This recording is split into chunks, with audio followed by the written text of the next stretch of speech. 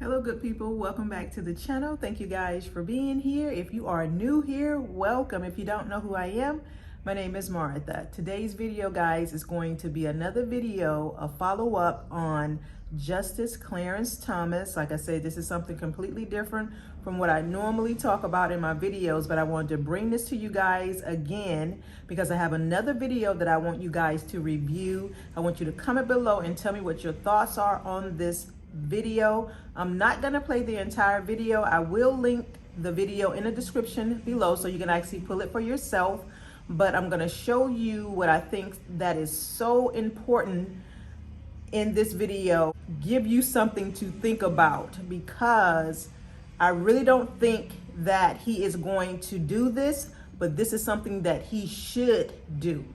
But these people are so power hungry. They don't care about anyone but themselves. They don't care about the American people, any of that. But just listen to the video and I will bring you guys back and we will talk about it. Like I said, please make comments below and tell me what your thoughts are. Do you think he will do what this video is actually talking about? So yeah, check it out. We have a resignation letter from the Supreme Court. In these circumstances, it seems clear to me that it is not my duty to remain on the court, but rather to resign in the hope that this will enable the court to proceed with its vital work free from extraneous stress. That is the letter that Clarence Thomas should be writing to Chief Justice John Roberts tonight. Indeed, to follow Supreme Court precedent, Clarence Thomas should have written that resignation letter years ago, because he has been in violation of judicial ethics for many years, and we now know he has been in violation of federal law since 2014, when he refused to follow the law requiring disclosure of the sale of real estate that he owned in Georgia to Clarence Thomas's favorite right-wing billionaire, Harlan Crow, who has also showered several $100,000 worth of private jet travel and yacht travel that we know about, along with other perks, on Justice Thomas, without Justice Thomas ever disclosing those gifts.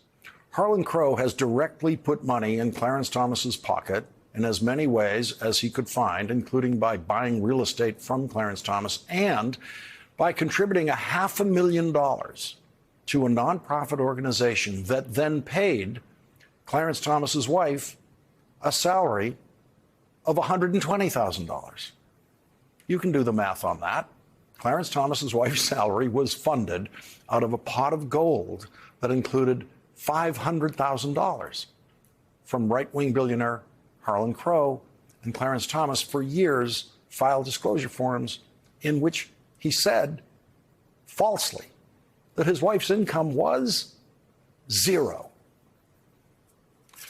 In these circumstances, it seems clear to me that it is not my duty to remain on the court, but rather to resign in the hope that this will enable the court to proceed with the vital work free from extraneous stress.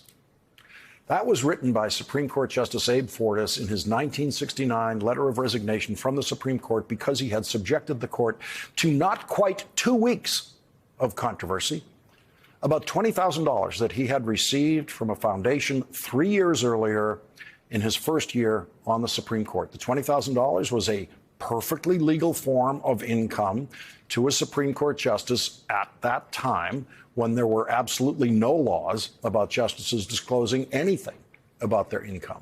Abe Fortas told the story of the $20,000 in his detailed resignation letter. In January 1966, I received a check for $20,000 under the agreement and began my association with the foundation. Later, in June 1966, I reached a decision that the continuing role in the foundation's work, which our agreement contemplated, should be terminated. There were 2 reasons for this decision. My work for the court was much heavier than I had anticipated. I had also learned shortly before informing the foundation of my decision to terminate the agreement that the SEC had referred Mr. Wolfson's file to the Department of Justice for consideration as to criminal prosecution. Mr. Wolfson was the founder of the foundation that paid Abe Fortas $20,000. So Justice Fortas received the $20,000 check 6 months later, decided to end the arrangement, and then later he returned to the foundation the $20,000. That's it. That's the whole story. In his resignation letter, Justice Fortas said, "I have not interceded or taken part in any legal, administrative, or judicial matter affecting Mr. Wolfson or anyone associated with him, and no one ever suggested that Abe Fortas's integrity was ever compromised on any vote that he ever cast on the Supreme Court." Hey guys, did you guys check it out? Trip. Comment below and tell me what your thoughts are on this. Do you think that he's going to resign?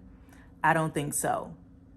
These people are so power hungry. It's all about them. They don't care about anyone but themselves. He would have to be made to do this. But again, I don't think it would ever happen. But yeah, guys, thank you guys so much for being here again. If you think you might enjoy this type of content, please go ahead and subscribe to the channel. Give me a thumbs up, like, comment, and share this video. And if you enjoyed this one, check out the next one, and I will see you guys in the next one. You guys take care. Bye-bye.